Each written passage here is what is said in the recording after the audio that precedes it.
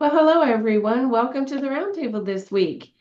We are going to be talking about family dynamics and holiday gatherings, and kind of sort out from a coaching perspective how we might support people to enjoy the holidays. Mm. So, welcome. It's good to see you, Jonathan and Dean. Thank you. Jonathan, why don't we start with you? Where are you hailing from? I love the art behind you, by the way. Yeah, it's great to see you. I'm actually talking about family today. It's a special day because I'm in my one of my brother's house. So Oh, this is a family environment.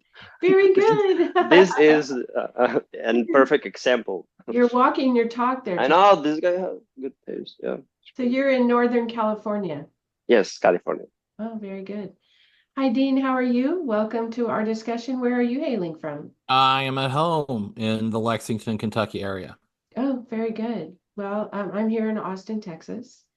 Brian is not with us today from Vietnam because he's under the weather, but they make such great soup in Vietnam. I'm sure he'll feel well soon. I said, "Are you eating soup?" He said, "Yes, Mom, I'm eating soup." So we'll trust that he'll be okay. Maybe it'll heal him. Yeah, I think so. So, Uh, okay. Go ahead. yeah, it will make him. Yeah, it will make him tougher. Everything that doesn't kill you makes Right. you His immune system is active greater. to beautiful Vietnam. So, okay, let's start with our slides just so we sort of set the table, pun intended, for how to get along with family in the holidays. So I will share my screen.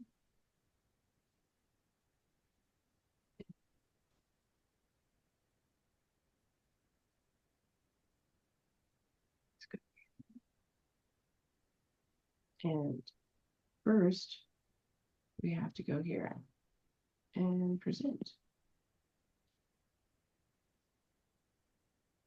Dun, da, da. Here we are. You guys can see that. So it was Mm. hard to choose the beautiful tablescapes that were available as images, so I picked a few. But this is the kids' table, I think. We've got a couple of kids using forks and knives and working their way through. They Yeah, are they are the best part of this yeah, whole thing, yeah, I know. anyways. If you can, sit at the kids' table. It's way more fun.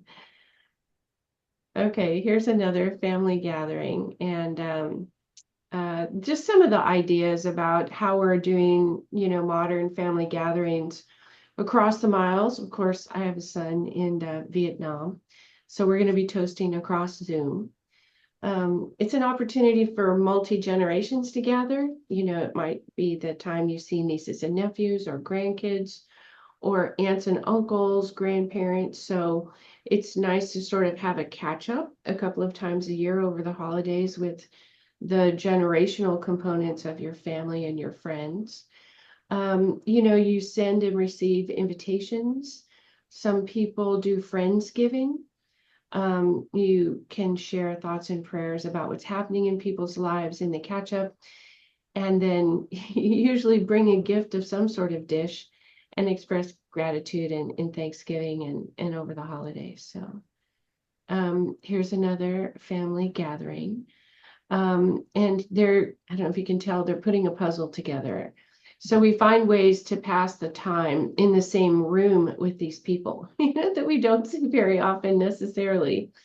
But sending cards and letters, doing FaceTime or Zoom, even phone calls, even though some millennials are like, "Why are you calling me? Can't you text me this?"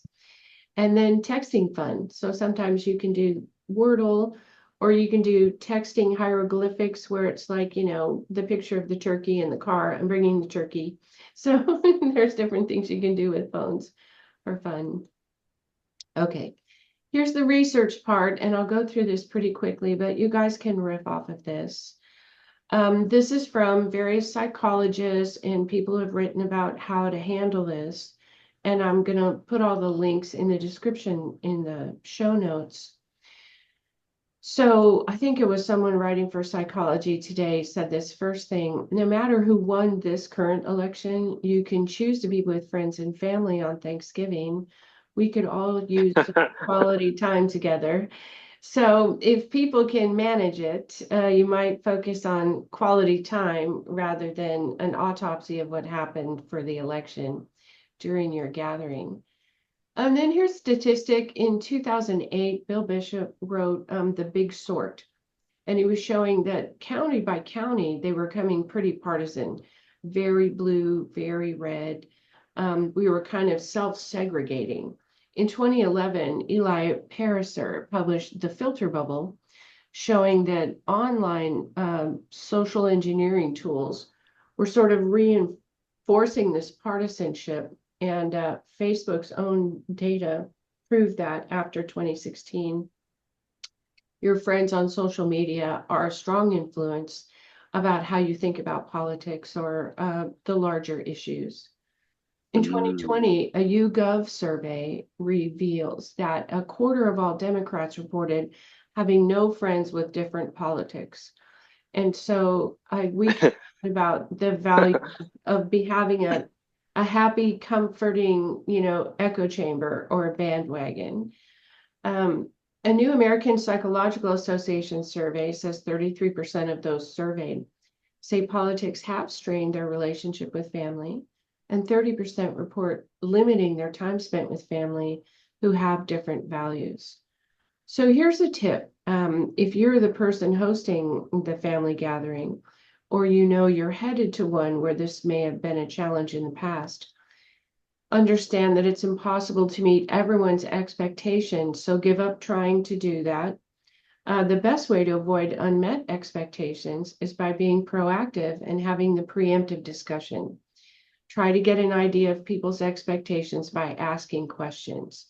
So is Uncle Ted coming in his red hat again this year, or whatever questions you have?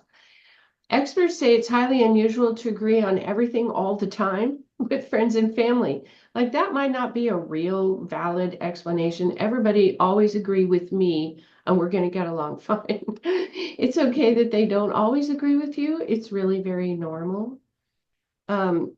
Winston Churchill quote here, "A fanatic is one who can't change his mind and won't change the subject." So here's a tip on how to change the subject. Focus on the other person and be ready with a question, a story, or a compliment. So one example of that would be, "Oh, I know the election was really something, but I'm kind of worn out on politics. I want to hear an update on how your new job is going." Put it right back to what matters to you about that person. "I want to hear about little Billy's soccer team. I understand you guys are headed for the state championship. Tell me about that."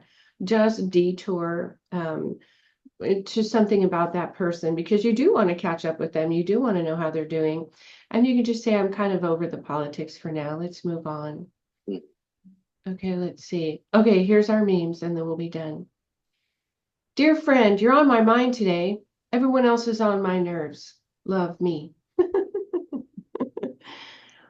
That awkward moment when you're having a family meal with all the people you blocked on Facebook. Let's have a family gathering for those remaining family members who still speak to each other. How big a group is that? I may only need a table for 6 because that's who's still talking to each other. Here's a funny old-fashioned one. "Hello, mental hospital? Yes, I'd like to reserve a family suite." And then at the bottom here, a little angry cat dashing through the no politics, no red hats at the dinner table, whatever the no's are. So, okay. Thank you for surviving the slides. We have a few things to talk about in there. Which one of you would like to go first? Jonathan, since you're there at your brother's house, you want to go first? Yes, I have a perfect environment. Okay, is your brother older or younger? Let's get the Talk, dynamic. talk about Alien. This is I have 2 older brothers. Okay. I have the oldest, like the eldest, and then there's this one, and then there's me, and then there's my little sister. Okay. For the ones that didn't know, Mhm. for the curious ones. So yes, there's something that got my attention a lot about when it came to politics and family reunions.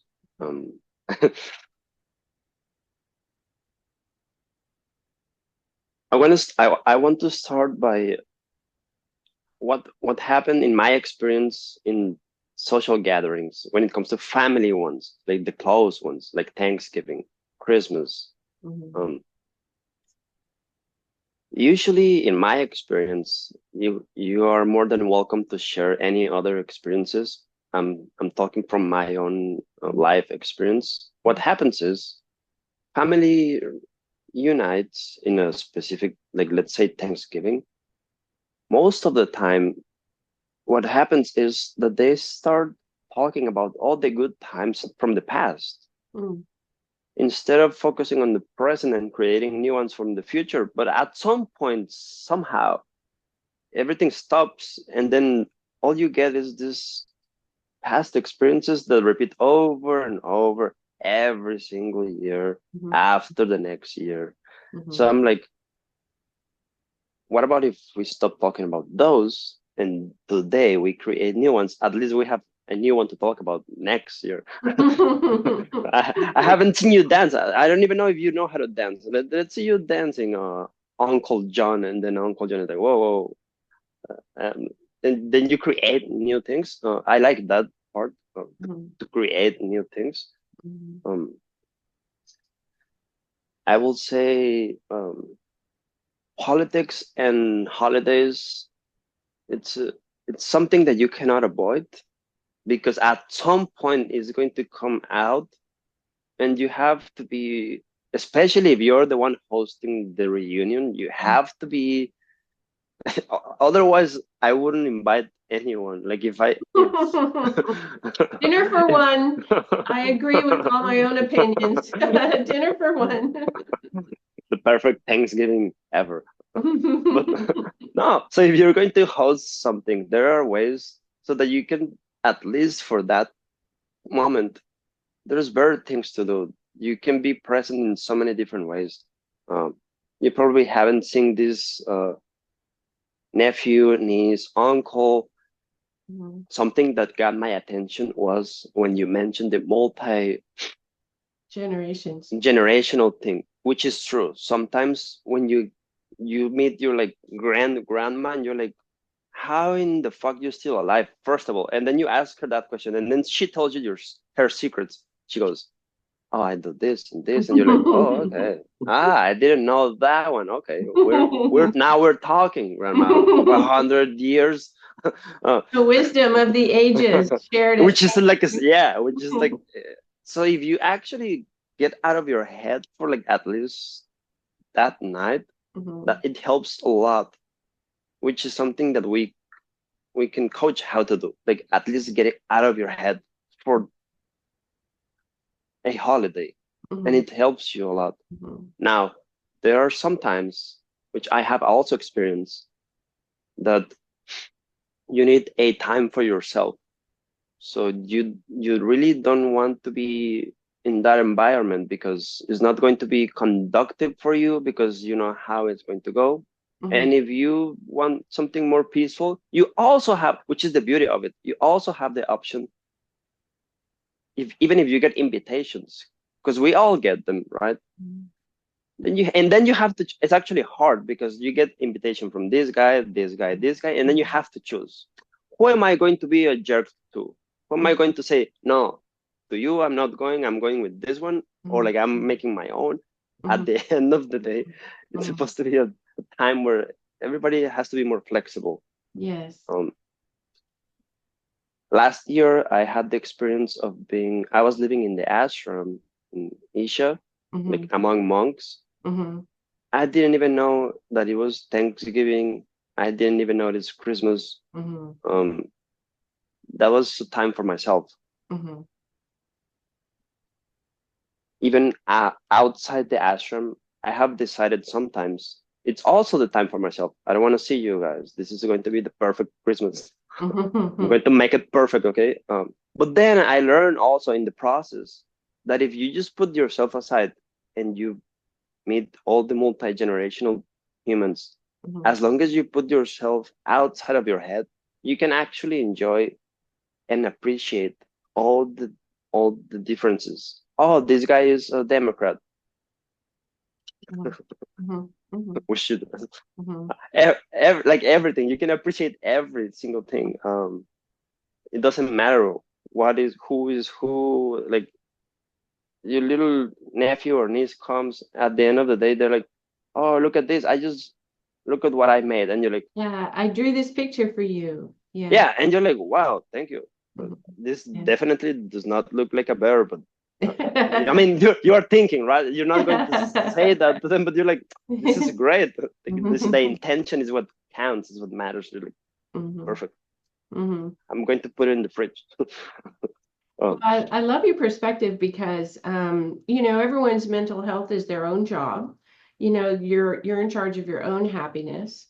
And I was talking with a client who's a friend yesterday, and she's having a little trouble with smugness that she with her significant other is with people that are all the same point of view. They're birds of a feather, and she's the one mm, that point of view.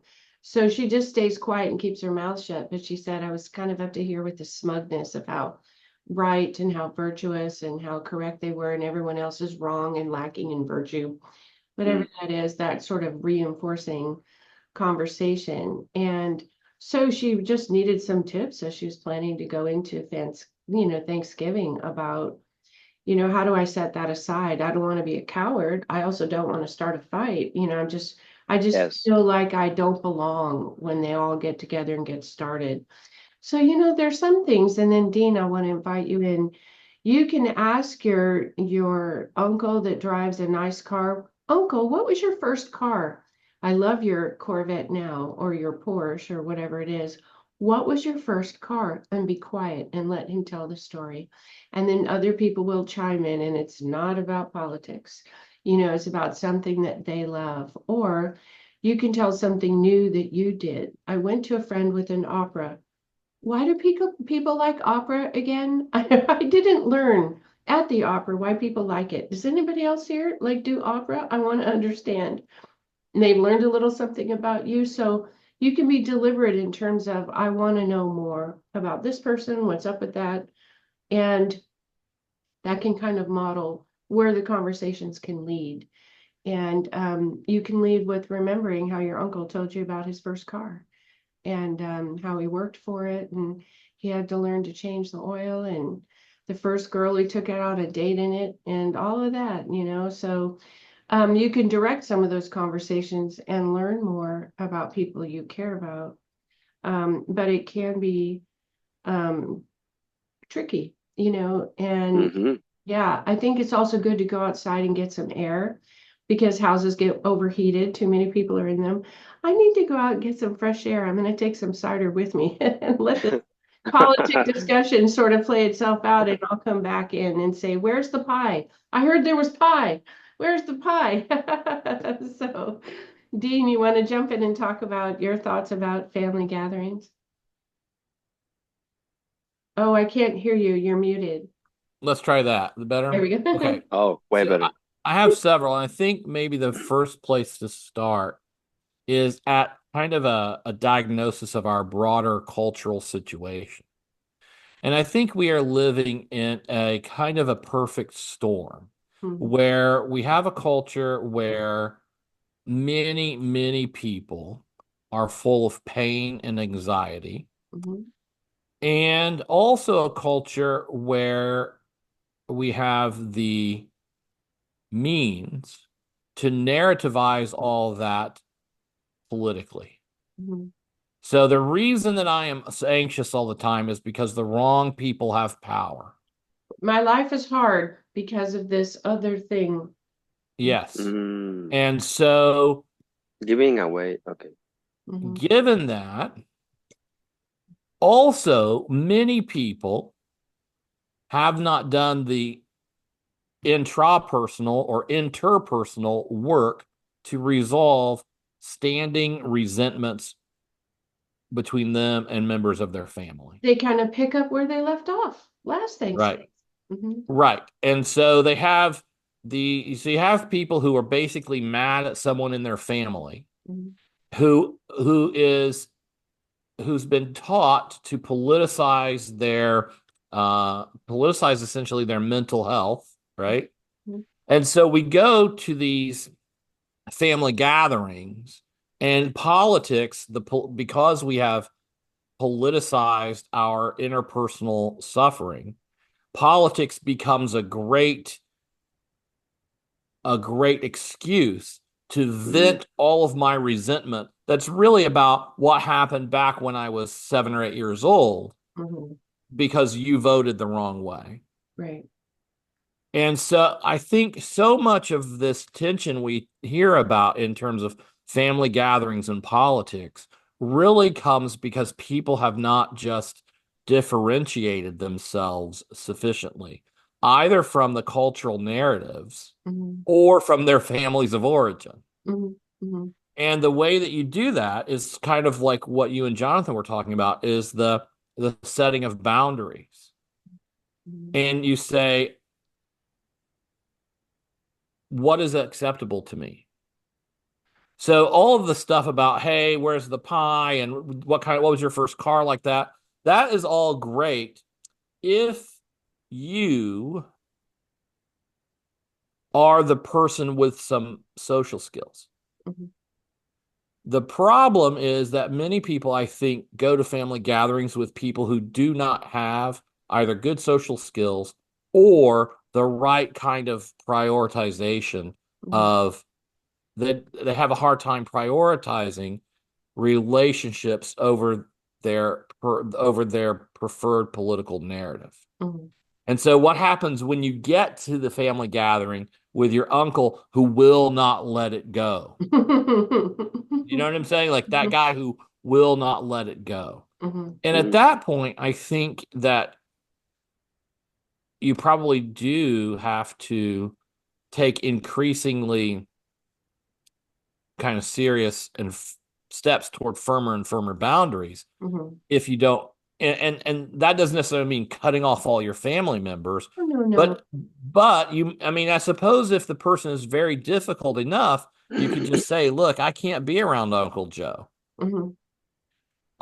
But the problem, I think, for a lot of people comes in their inability to differentiate their own personal boundaries from the story they're telling about why they're suffering. Mhm.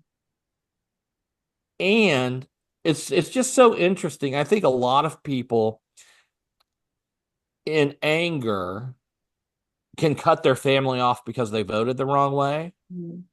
but don't have the interpersonal security or just flat out guts to say, when I was 14, you did this and it really hurt me. Mhm. They haven't Right? done that work. Those wounds are unattended and continue and then get reactivated, in some of these circumstances. Alex Hormozy talks about that he had to leave home if he wanted a life different than the friends from high school and college. He'd made up his mind he was going to be an entrepreneur. So he moved to California, with nothing and decided, I'm going to make it or break it, but I'm going to take my shot. So he had a growing company in gyms. And after 5 years, he comes back and visits family. And the family has all the same labels for everybody. Oh, you're the guy who fumbled the ball in the high school football game. Or you're the guy who broke up with Sally and now so and so has married her. You missed out. So they have all the same labels of before. And it's like the train has never left those tracks. You Mm-hmm. can just step back in time and be at a family gathering. It might as well be 5 years ago or 10 years ago. And they were a little bit offended that he was different. Mm. It's like, oh, I don't do that anymore. Like, I'm not going to go run out, get drunk with you after the family gathering. I have to attend to some clients tonight in my business. So, and they took it personally. Like, well, you're not our friend anymore. Still your friend.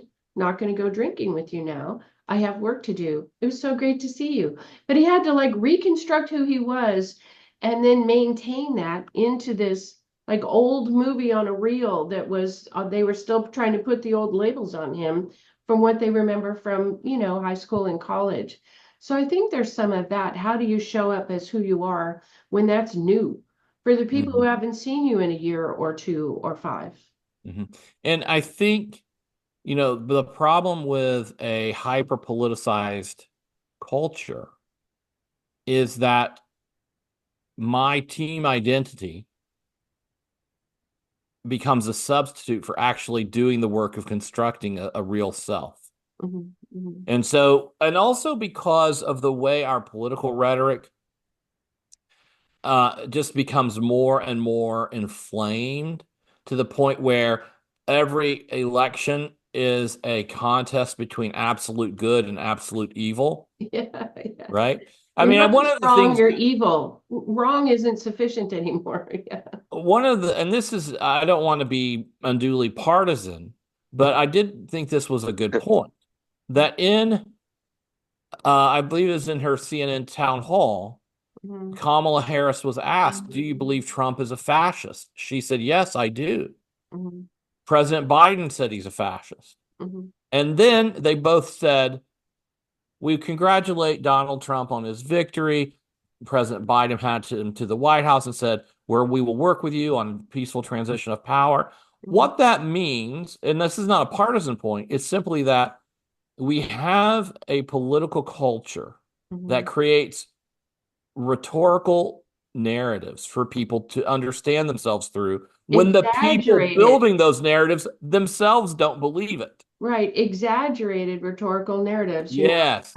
My uncles both fought in Vietnam, and my one uncle, who I named Brian after, Uncle Brian, was a peace-loving Navy guy. My Uh-huh. Uncle Ken, on the other hand, sort of epitomized the Irish brawler in our family. And so Mm. go into a bar, he would take the other side of whatever argument was happening. And he would end up in a fist fight. And it was entertaining for him. You guys think that the Dallas Cowboys are good? You're out of your minds. The only decent football team is the Bears. I mean, he would just stir the pot. He was a guy that liked to stir the pot. He was in the Air Force and he got into a lot of scuffles as a result. But back in the day, you would get up, dust yourselves off, and shake hands. And then somebody would buy the other guy a beer and it was over. I mean, we had a way to kind of come back together. We had a way to say, nice fight. This is how the dust settled. And now we keep moving. We all have a life to live. And I think we're having trouble with the second part of that. The Okay, repair. these people won, and now they're going to run the country for a while, and the metronome moves.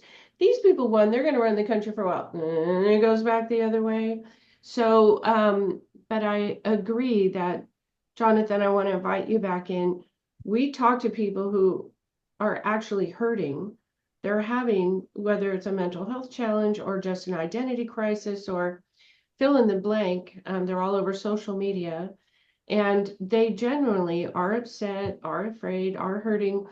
And whether we think that's legitimate pain and legitimate fear or illegitimate, this is how they're feeling. The friend I talked with yesterday said, it doesn't make any sense what they're saying. And I can't say there's no logical connection in terms of the words you just strung together. Like, I just want to understand how you think like this, and I can't get there with them. So I just keep my mouth shut. Like, I want to try to Mm. understand. And I said, I think what you have to understand is that they are very comfortable in their bubble. And you don't need to rock the boat of that for them. They've created a comfortable world where everybody thinks the same. They have the same inside jokes and the same opinions, and they're wearing blue bracelets and they're in solidarity with each other. And that sense of solidarity has more value than that the argument behind it makes logical sense. They want to be on the team, they want to put on the jersey, and yes, go team. I'm part of it, I'm part of the crowd. So have compassion that they don't want to rock their world about that, and let them have their world, have their team jersey moment. I don't know, Jonathan, what do you think? Is their pain real, and can we have compassion for the fact that they're in pain, even if Y- maybe it's hard for us to see that it's legitimate? Uh, that is a great point because their pain is it is completely, absolutely real. So Hmm. let's not forget about that. Hmm. If they are experiencing whatever happened to them, an extreme amount of pain. So they are actually in distress. Um,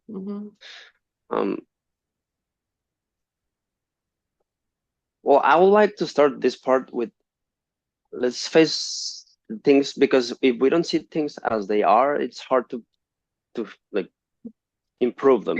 So Go we ahead, have a generation. default to the truth, Jonathan. We like that about you. we have a generation of snowflakes. They're like this uh, man, woman, and kids that just melt under any amount of pressure. They just let themselves go, and they're like, "Oh, my dog died, therefore I'm going to be traumatized for the rest of my life, and then God wanted it this way, and then I cannot go past that because it's such a horrible situation, and I am the victim because my dog died." I was to prove to make a point. I was actually lucky when it comes to these situations. I have been blessed that my father died at this age that I am. I am. It is the best, one of the best things that has ever happened. Why? Let's say I have a family reunion with my oldest brother and then the other brother, and then the mother gets a little also like, why did you say that? And then everybody gets mad, everybody goes to their house, and then there's like, I never want to see you fucking ever again in your life. This is it.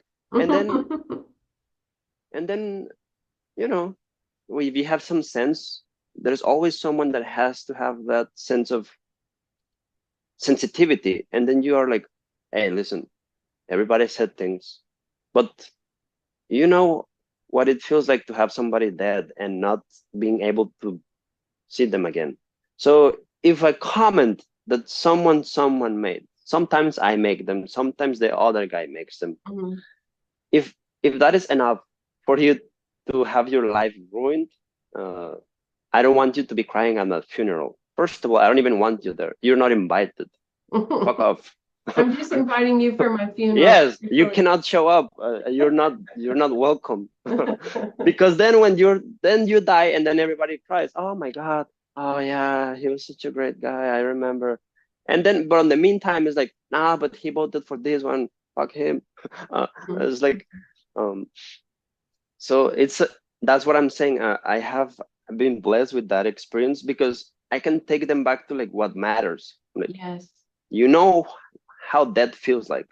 Yes. You might never see me tomorrow, so what are you crying about? Yes. Get over it. Yes. Now that might sound harsh, but that's just one example. There's different. It's like a spectrum. Everybody has something they can hang on to or like understand where I'm coming from. We all have those experiences. Yes. And it makes it beautiful because then you will see it's actually quite funny because they think that like, oh, shit, I'm not invited to his funeral. I want to be at his funeral. I'm bringing the most flowers to his funeral. I'm really going to show him. Yeah. So it changes the whole dynamic. Yes, yeah, the big picture in the arc of your life. This is what we're going to do so that we're not related to each other anymore. And I think we know if you haven't been a parent yet, but Dean and I are both parents, and we notice our children show up, and some of what we do shapes them, and some of what they do is just inherent in who they are. You know how different you are from your brothers, right? And so it's like came from the same parents, same family structure, but we have differences. And some people process things by screaming and stomping their feet. This is how they get it out. You are so wrong. Stomp, stomp, stomp, yell, yell. This is how they're translating their trauma to get to the other side.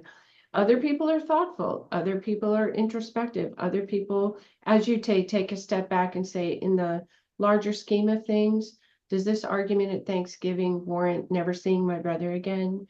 And so you might say, you know what, next year, let's not do the big dinner together. Let's you and I go have a drink and a burger or something, and we'll celebrate what we're grateful about each other. Let's just do it one-on-one on the sidelines of the family dinner. So you had talked about, Jonathan, you go see this family, when you're newly married. Oh no, which family gets Thanksgiving and which family gets It's Christmas, which family is going to do Easter, what do we do about holiday vacations? So there's this kind of political, alignment of did everybody get the right amount of time, and is one mother-in-law or one father-in-law going to be more angry than the other? And so there's this kind of negotiation that has to happen. But there are also friendsgivings that we've talked about, and where you gather with people who can't go see their family. It's one day, especially Thanksgiving, or their circumstances, they don't have family that's alive anymore. And so they're adopted into a family at Thanksgiving or Christmas, and they sort of are family that's chosen instead of family that's born, and they celebrate together that way. So you mentioned flexibility. I think that can be so important. Maybe in the group dynamic, uncle and you don't get along, but one-on-one at the baseball game, you get along great. And so you could say, I'm going to catch you at the next Dodgers game, and I'll send you tickets for the opener, and we'll catch up there, And that's how we'll connect and be along. But in this gathering, not so much. So, Dean, do you have some more thoughts about how do we divvy up our time and who we spend time with and where we go? Well, it's interesting too. I've thought about this some in terms of like we just are such a mobile society Mhm, that those issues come up a lot.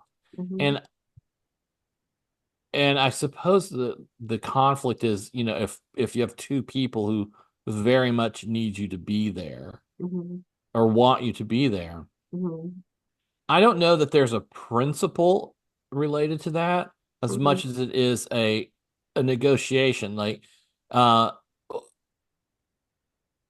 I think that my inclination, personal inclination, would be to go toward whoever is the most reasonable, right? Whoever, I think the real issue is if you have people who are family who is very pushy or manipulative or controlling about your having to be there, Yeah, then you have to ask the question, if I go, does that make it worse? yeah. There's this obligation component. Like, what do Right. you mean I have to see you this year because I saw these other people last year? Do you own me on that date? I mean, what is the obligation? And now I'm going to hurt my the shaming, the yeah, shaming. yeah, and And here, hurt my parents' feelings, or they get to dance, they get to set the tune. I'm invited to dance to the tune they set, and there's no alternative. And so I do think there's a control component. And another thing that happens, and when you get to be of a certain age, the family home might get sold and parents move to Florida or something. Or parents get divorced and the family home you've been traipsing back to year over year isn't in the family anymore. So now what do? You talked about the mobility, having the flexibility to kind of reallocate time with friends and family. So it's meaningful for you, and maybe not just out of obligation or duty. I Yeah. think I would say too, and I think this applies in a lot of situations that aren't related to visiting for the holidays or whatever. But I think many people make a mistake of prioritizing the externals of relationships. Who came to my house at Thanksgiving this year, and who came at Christmas, and who went to in-laws, and that kind of thing, over the reality of the connection and over the emotional quality of the connection. Mhm. And so if I wanted to say anything to people about this issue, it is remember to emphasize the emotional quality of the connection. It's better for your children not to be at your house on Thanksgiving and feel good about you and about your relationship with them than it is for them to be there and resent you. Mm. And Yeah. so this thing about being mad because somebody didn't come and somebody else went someplace else, this is all just this is the holiday version of everyday sort of shallow understanding of relationships that leads to resentment. The holiday episode of that. Well, I was reading about a young man who brought his fiance over to have dinner with his mother. And in the previous 6 months, she'd become vegan.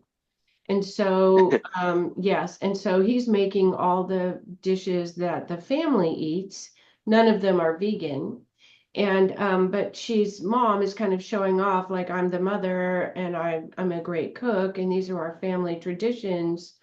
There wasn't anything she could eat except a salad that had shrimp in it. And the mom's solution was have some salad and just take the shrimp out. And the son was the disrespect, like you've known she's vegan. We could have brought vegan food just for her and not troubled you to make it or change your recipes. And she said, well, why can't you just eat like a normal person one day a year? So this is the insistence that the mother is going to impose those views on the fiance. And so I do think that people that haven't done any work, people that want to be in charge on the holidays, it's my house, I'm serving the food, that leads to people saying, okay, we're going to go out to a restaurant and you order what you want to eat. You're not going to make food because you won't make food that my fiance can eat. Or in the future, if we come to your house, we're bringing 2 dishes that are allocated for her. And, then do what you do in your kitchen the way you want.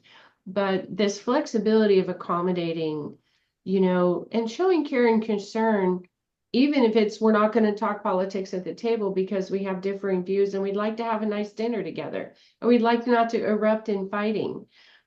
So yeah, I don't know. Jonathan, do you have thoughts about, because we have a rotating door. There's a marriage, there's a divorce, there are new children. Oh, is she bringing the crying baby to the dinner? We're all going to have to listen to the crying baby. That kind of thing. Like their kids, tear up the house when they come. Can you come without the kids? No, I can't come without my kids. And so, what do you think, Jonathan? Oh my God. Our final thought about all of this. We'll go around. I'm like, oh my God, look at that dress. She definitely looks like a slut. I'm like, Oh, yeah. Or have you put on a few pounds, Mabel? Yeah. I've had it all. I've heard it all. Especially when I was younger. If I had like a girlfriend, let's say, I would be like, use this dress. She'll be like, no, not that dress. I'm like, it's for me. I don't give a fuck what they think. You use this one. I like just wear it for me. And then, so I've heard it all, and I've been part of the play as well. I'm sure at some point. But coming back to the example that you were like story that you were sharing, this guy and the mother dynamic. I think that is a perfect. It is a perfect like blueprint of what happens when it comes to family dynamics. The mother wants to make a statement. So if you have a spineless son as a son, he's going to be like, oh honey, she didn't meant it to put the shrimp in the salad. Just take the shrimp out. And then it's like, no. That's when you have to go into your inner self, first of all, become comfortable with being alone, because that is the only way you can actually enjoy being around other people. If you're not comfortable in by your own skin. Yes, if you're not comfortable by yourself, there's no way you can actually be playful and enjoy other humans, because you're going to be malleable. Is that the word, malleable? Like yes, they're going to flex you in so many different ways, twist you and turn your thoughts. So if, let's say, mother comes and then she puts the shrimp, I'll be like, no, like she, for whatever reason, like she's like, for example, my girlfriend is vegetarian, right? She's been vegetarian since she was a kid. So it's not like she's vegetarian out of, it's not like out of like fashion or something. When she was like a baby, she was like, hey, you fuckers, why are you fucking killing the animals? You're the fucking animal. But parents are like, oh no, baby, it's okay. Like, no, that's wrong. So she has her own thought process when it comes to that. And I think it's extremely cute, which is why she's my girlfriend. But even the times that I have had the idea of like having like a multicultural interaction, because I'm Mexican, we eat for breakfast, we have tacos, which is meat. At lunch, we have tacos, which is meat. At night, you have tacos, which is meat. So, but even then, my family knows that if I'm going to actually introduce her, they actually they're thoughtful. They're like, oh, is she coming? We can make this dish, or we can make these vegetables. We can make these beans. I'm like, no, I'm not. That's a different story. But the way that they have to ask, because they know that I'm not going to be like, oh yeah, you treat her the way you want. I'm like, no, you have to have some boundaries. So in this case, the scenario, the gentleman that you were talking about, that is when I come into the picture. Dean comes into the picture. Each one of us with our grain of salt, and we can teach this guy, for example, to be like having a boundary of like, no, I would rather just stay at home with my woman and have a perfect dinner. You are the lucky one, actually, because nobody wants to come to your dinner. You only have one son, so you're lucky, actually. There are ways to put people in their places, but not in a mean way, but just like because it's supposed to be enjoyable, isn't it? So if you show up, you know the energy, you're going to feel it, not on the food, but you're going to feel that somebody didn't even thought about you not wanting to have a piece of like meat in your plate. It sounds actually quite horrible. It sounds worse than like a slap or something. Well, there is that component of disrespect, and I think there is the social signaling of oh, the family all came to my house because I'm the grandmother or I'm the mother, and I'm the best cook or I have the best house, or, the social media components of, I'm orchestrating our family. And people have so many choices. People are on the move, and taking care of yourself, even if other people don't understand why you're in pain or why you don't want to come, those relationships might be strained for the day itself, but you can, as you say, Dean, maintain them over time in other ways. Like, you're important to me. I can't be there that day. Let's do something else because you matter and I want to stay connected and I care about you. So, any final thoughts, Dean, about this I think topic?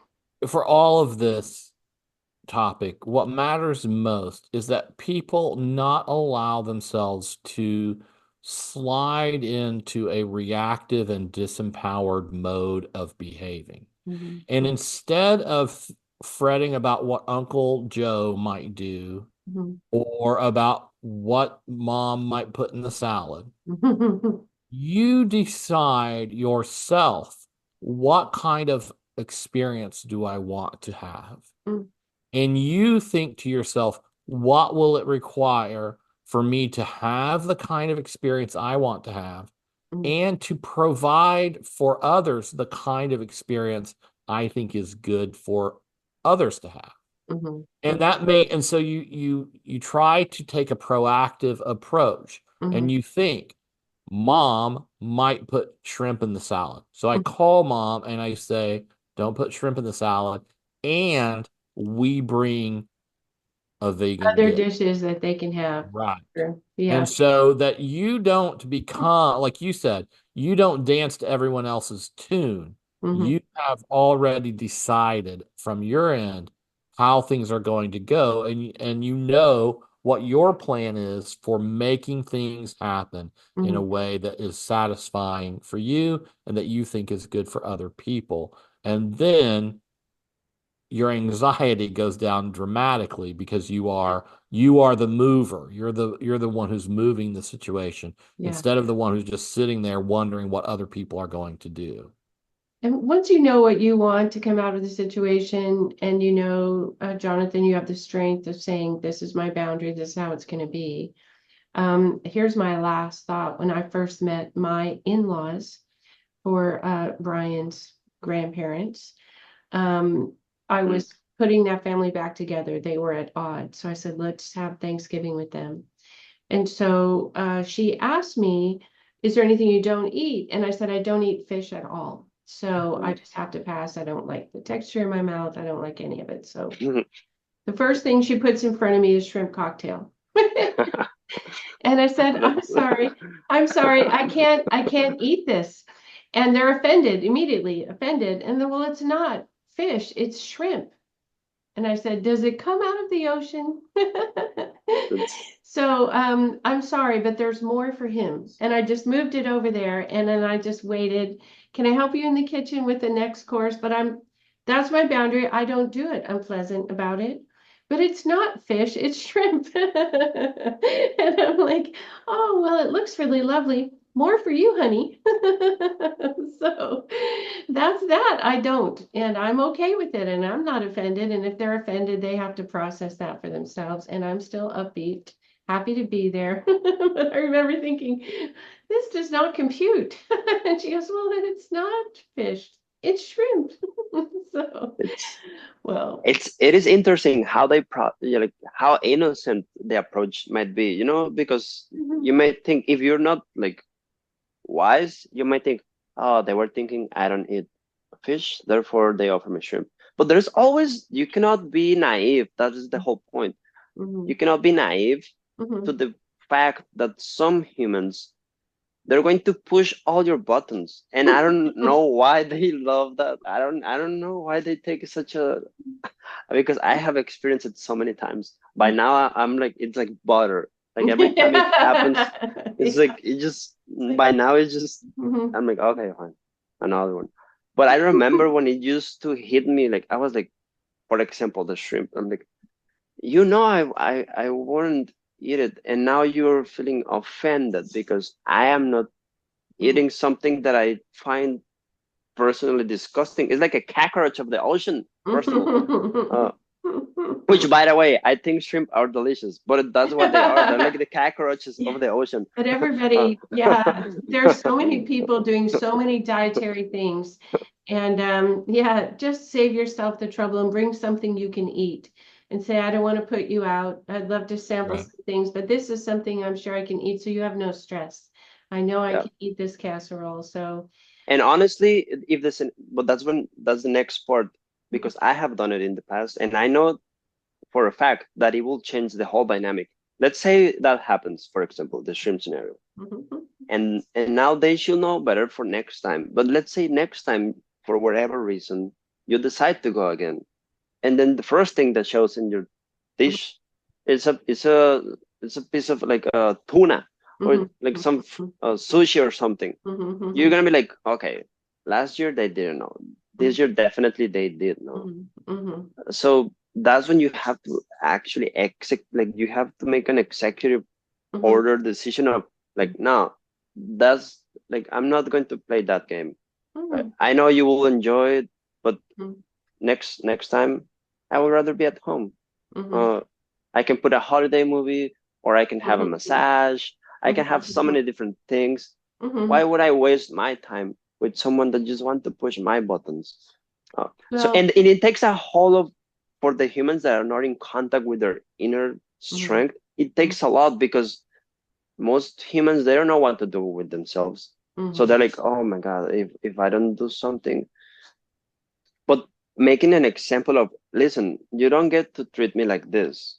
If I will be glad to be around you if you at least, out of your pea brain that you have, that little piece of circle green thingy that you have inside of your brain, if you use at least 1% of that thing, well, I might come back. But if you're not even willing to turn on 2% of your pea brain, it was not a pleasure to meet you. Actually, it was one of the most horrible things that happened in my life. But I wish you the best. And then people will be like, what? Wow. And then will be like, oh my God, no, but I want to see my son. Therefore, you must behave. Well, the negotiations, and we talked about that famous Maya Angelou phrase that when people know better, they can do better. But there are people that operate unconsciously out of years of habit. And you get struck sometime like, shrimp is seafood. I don't eat seafood. Well, no, it's just shrimp, like it's a chicken nugget or something. Everybody eats them. No, this one doesn't. And so, but to have some compassion for the years of thoughtless habit that drives their lives sometimes, and that this is the parents of the person I love. And so I'm going to be accommodating as best I can and manage my boundaries too.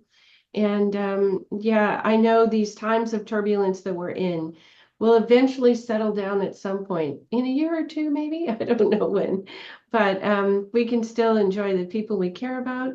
We might just have to design the way that we enjoy them as things are turbulent. So, Jonathan, how do people get a hold of you?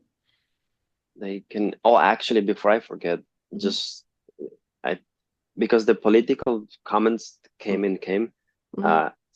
I could have, but I didn't. I wanted to make a statement. I didn't vote, but I had an idea who I wanted to win, uh, Mhm. which I'm not going to name names, but they were red.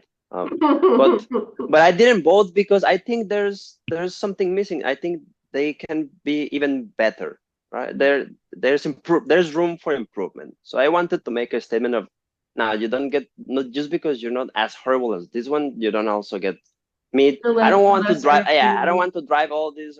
You're going to pay for my gas. Are you going to send me a driver? Like, you don't deserve that. So like, I have my reasons not to vote. Uh, Mhm. but it is, if this is great, because if you're at a reunion, Christmas, Mhm. Thanksgiving, Mhm. and you cannot, and you do not feel comfortable opening your mouth and talking about anything, you are at the wrong place. That is the whole point.